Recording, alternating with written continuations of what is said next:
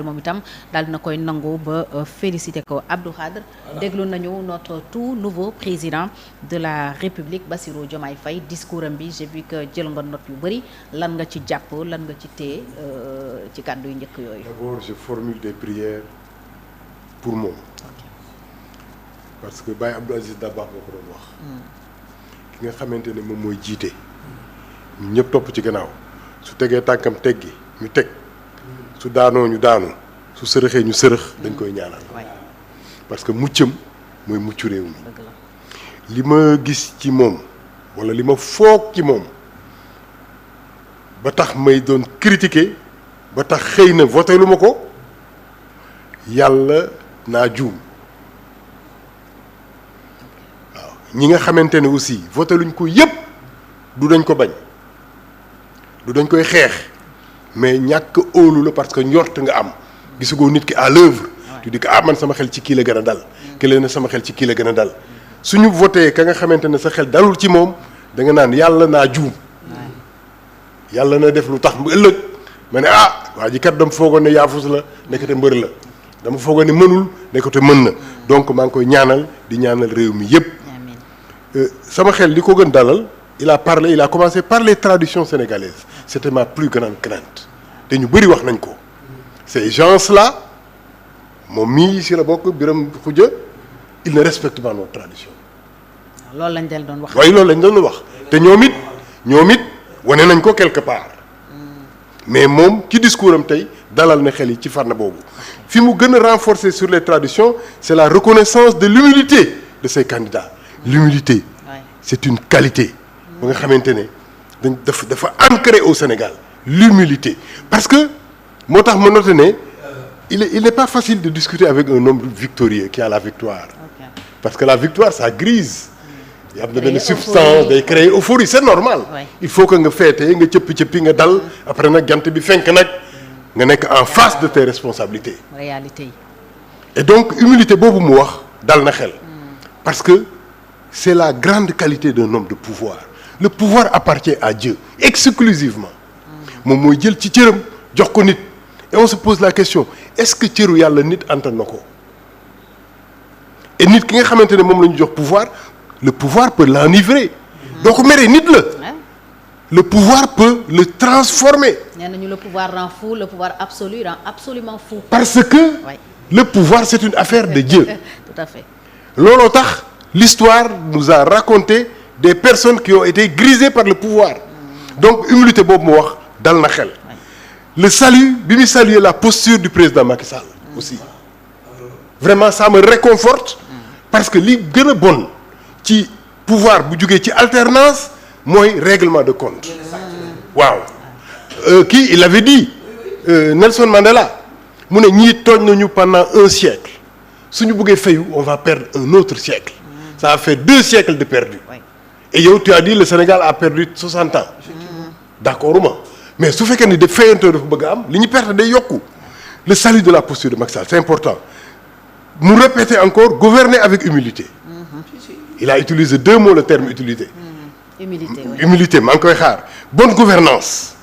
renforcement du vivre ensemble Sénégal benn bopp la kenn mënu ko xar ñaar réconciliation nationale sax mais rek oui mu ngi ci ñëw renforcement du vivre ensemble la wax après mu ne l'intégration économique de l'Afrique il s'est ouvert à l'Afrique partenariat bi et multilatéraux renforcés donc li ñu doon ragal mu dagg ay pont couper ay kii jouer aux révolutionnaires def comme King Kong di fëgg ay dënn j'espère que loolu tegu na ci suuf il a parlé du travail réconciliation des fondamentaux réconcilier les cœurs c'est un discours très fort que je salue et que j'apprécie et je sais que tous les Sénégalais dinañ ko apprécier mais discours la déclaration d'intention et discours bi on sait c'est pas un discours qui sort du cœur techniciens yi ñoom Biram Khoudia ñooy kii ils sont très forts qu'est-ce qu'il faut dire quel mot il faut éviter quel mot il faut utiliser il te faut un bon discours tu viens tu récites le discours est bon ça mérite applaudissement mais après le discours nag on va regarder l'homme comment le pouvoir va le transformer même suy dugg pare ni muy doxee man dama koy xool loolu yëpp dafa am ah oui parce que ce regard dafay wax sa doxin dafay wax te ñun Sénégalais naturellement dañu bëri tiitër gis naa benn député bu mu duggee assemblée. di def discours am. di ngandalu et c'est pas bon. mais su wanee ne que moom du nitu titre moom ñëw fi pour titre au pouvoir bi. moom ñëw fi pour wane. mais dafa ñëw pour liggéey comme il le dit travailler et réconcilier les cœurs alors là moi j'applaudis et dans mes prières je vais dire discours bi mu tenir. yàlla na discours boobu. topp ko ba keroog muy jeexal mandat am maintenant je ne sais pas si dama war transiter ci biram lu xujja lu mu waxoon sànq. ma bàyyi ba ñu ñëwaat. kon bàyyi ba ñu ñëwaat kon ma tax foofu biram réagit sur le discours d'abord. gannaaw kàddu yi président Bassirou Diomaye Faye lan nga jàpp. waaw je suis très content et très satisfait de ce discours là discours bi pour vous rassurer personnalité Bassirou Diomaye Faye laa ci gis. damay wax sax ni est-ce que du moom moo bind discours bi il n'a pas été influencé tellement la muy wax man loolu laa gis ci moom gis nga moo humilité boobu est-ce que xam nga Bassirou Diomaye Faye n'était pas le numéro 2 de Pastef. oui il était le responsable des cadres. oui mais pourquoi Bassirou Diomaye Faye est devenu subitement le numéro 2. laaj nañu xam nga man nekkuma woon Pastef man dugg naa Pastef 2 ans. signé acte d'adhésion gars yi bàyyi ñu frigo bi mais Bassirou Diomaye Faye moi je l'ai dit à Ousmane Sonko mais bokkul ak gars yi c'est quelqu'un qui ak lu mu munti def premier acte boobu da nga koy seet ci nit boo ko woowee mu jël la téléphone wax ak yow sa soxla boo ko jotul bu paree daf lay rappeler te loolu gis naa ko ci moom ba avant-hier ci ay nit yu nga xam ni c'est des personnalités ordinaires mais dañu bëgg Biram Khoudia mën leen lan la ñu ne ma non léegi laa raccroché ak Diomaye man yéen vous ne connaissez pas Diomaye et puis c'est quelqu'un bu nga xam ni dafa am fu mu jaar ba changement yomb ko gis nga bi ñu ko tegee ci foofu man dama doon xool parce que jóge na ci Pastef am yéege na grade tuuti mais bi mu yéegee grade ñun ci la ñu dugg ñun ñu nekk ses adjoints mais xoolal respect bi mu lay jox xoolal déglu capacité d'écoute bi mu am loolu dañu ko wax ñun Ousmane Sonko ñun dañ ko man damay toog Ousmane Sonko je l'ai dit à Ousmane diw de nangam et Ousmane ree parce que il le sait. kon yaakaaroo pouvoir changer ko. la ba pare am na leneen lu nga xam ni man sax daf ma fa gën c'est-à-dire du fayonte de kii non du fayonto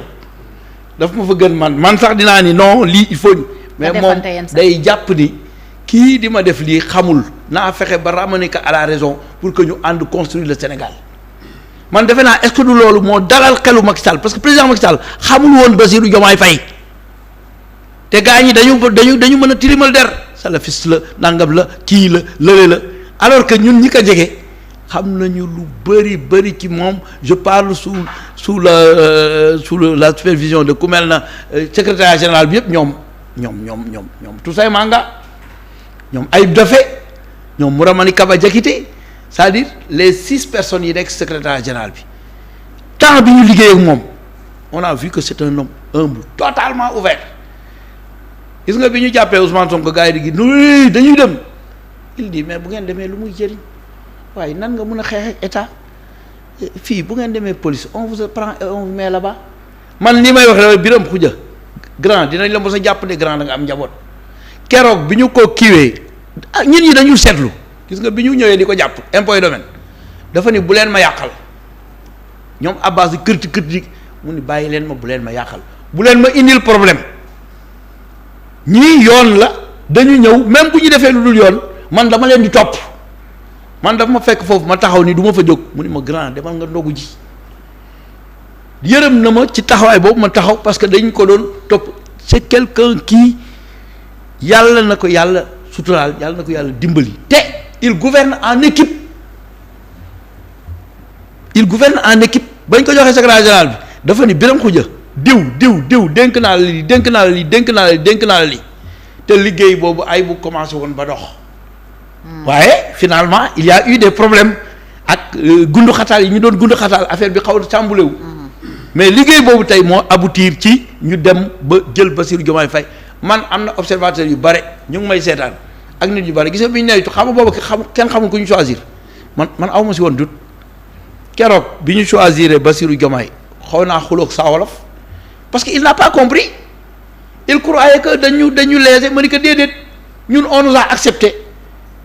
mu ni ma lu tax ma ni que mais Bassirou mooy Sonko Ousmane mooy ba ñoom benn lañu. Diomaye mooy Sonko Diomaye mooy Sonko ba pare Diomaye dafa làq ay qualité ci suuf.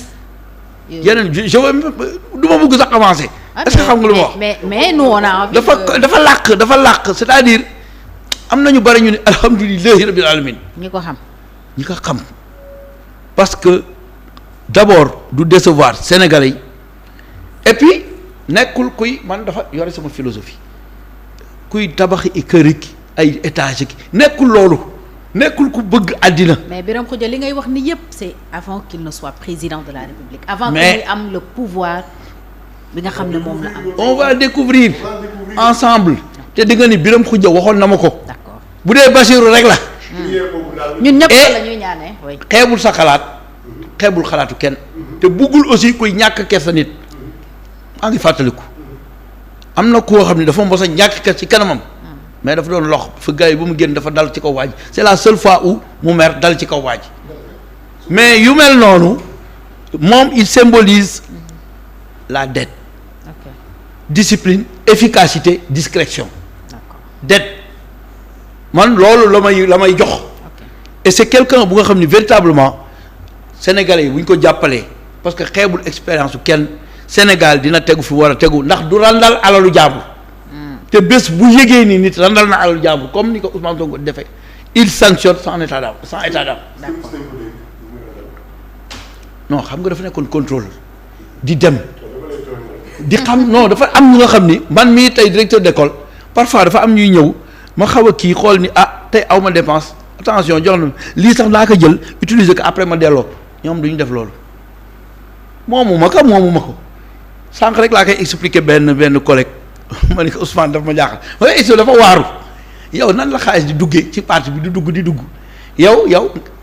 yaay président parti bi yow doo xool xaalis ba yow ngay am ay problèmes yu sew. loolu dal na Ousmane Sonko. man ñëw naa fekk et puis du wax ak ku ne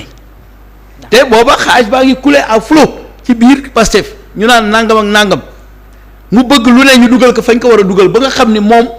su jëlul xaalisam di ca def du ca génne xoolal gestion boobu loolu bu ko wanee fii ci état bi mais